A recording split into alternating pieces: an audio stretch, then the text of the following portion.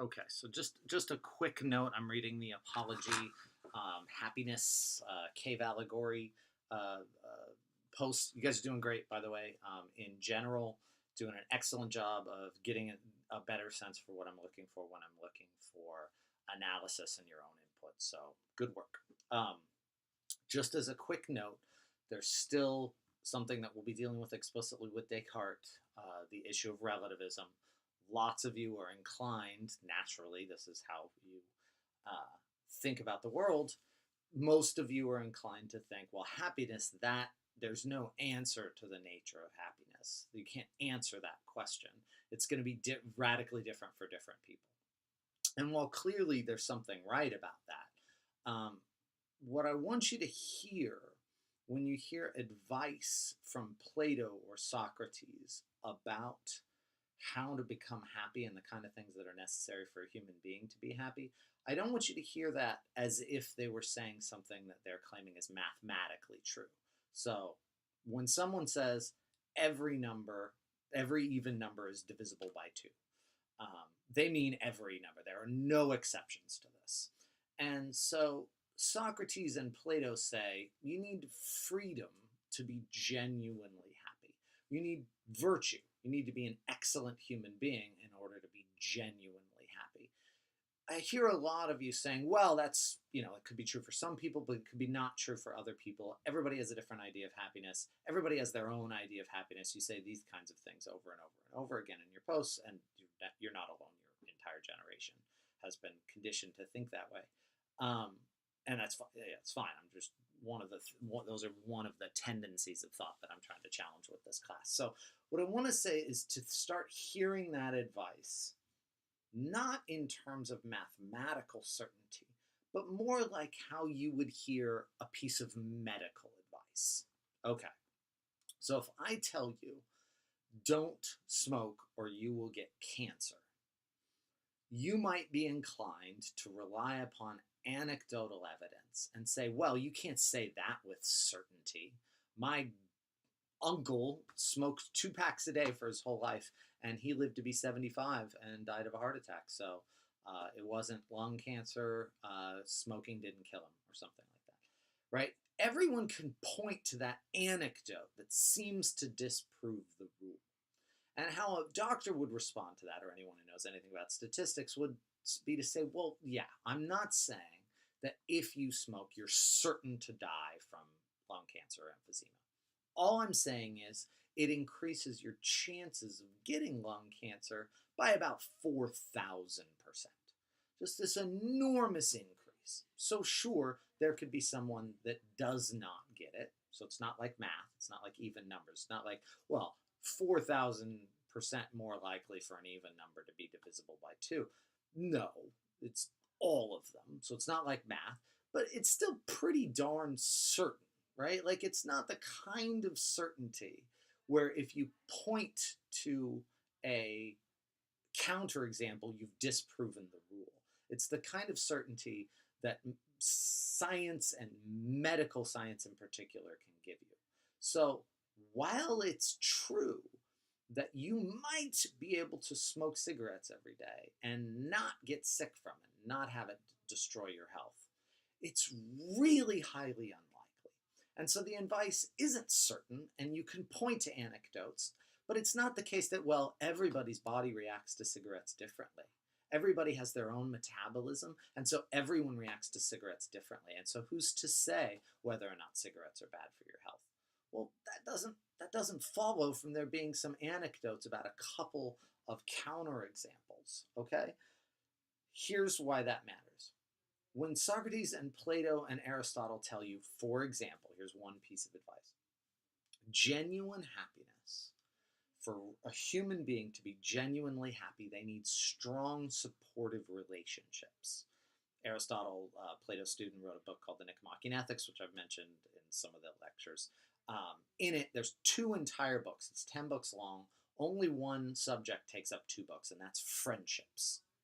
And friendships are the central core of Aristotle's theory of human excellence and human happiness. For Plato, it's about building these communities of philosophical conversation. He built the academy, but you see it happening throughout the dialogues. It's about seeking truth together. It's about having a committed community of people that you care about and that care about you and you support one another. That's a concrete piece of advice that Plato gives us about what it means to be genuinely happy. You can see that I probably agree with that. I think that's absolutely true.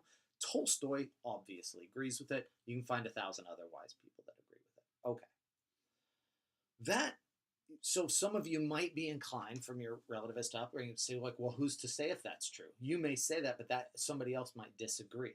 Somebody else might be perfectly happy without any friends, without love in their life at all, without experiencing any of that community of connection.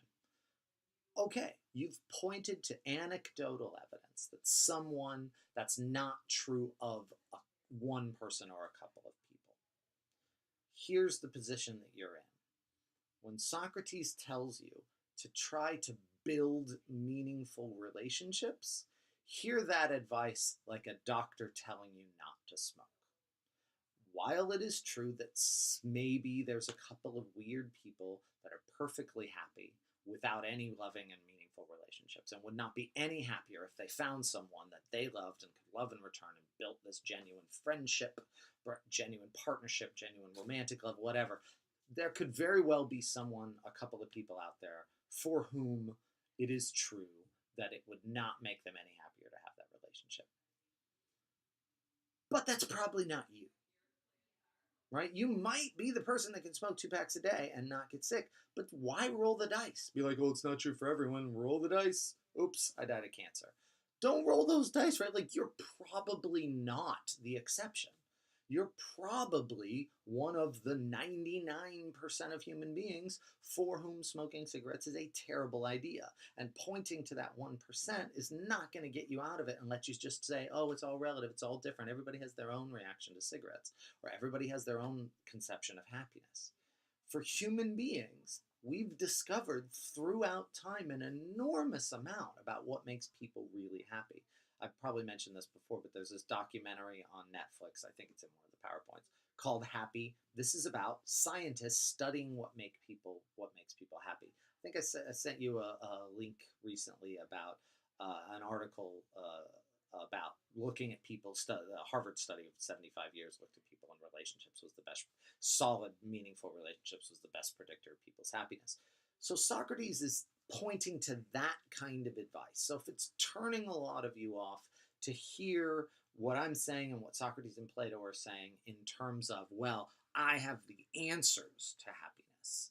I happen to know what makes human beings happy, and I happen to know that money and fame and these kinds of things can be nice, but they can also be destructive. It's not necessary. If that's turning you off to hear it as kind of mathematical certainty, maybe start hearing it in that other mode, as if it was the advice of a doctor who's telling you, look, you might be the exception, but from my experience, Socrates is 70 years old at this time, from my experience of seeing people live their lives, you would do best to try to know who you are really, break away from that social conditioning, discover who you are, figure out how to develop yourself in terms of your own habits, in terms of your own activities, such that you can develop these kinds of excellences, such that you can be courageous, right? There's a piece of advice, courage.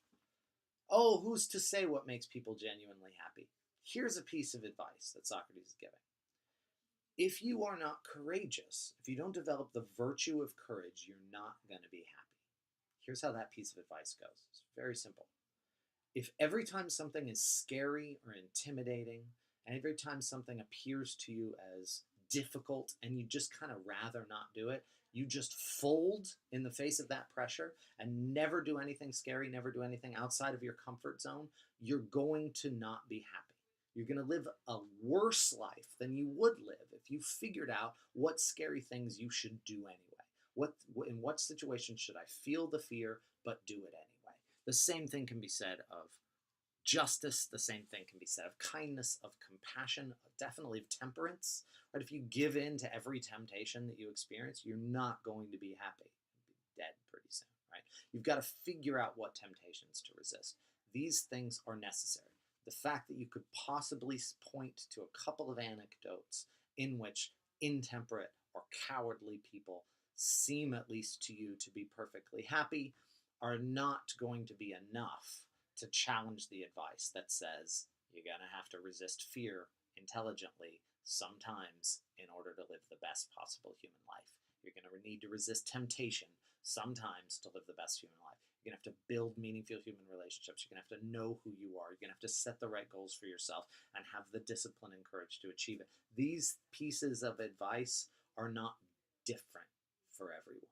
And while people disagree, people who disagree with those pieces of advice might just be wrong.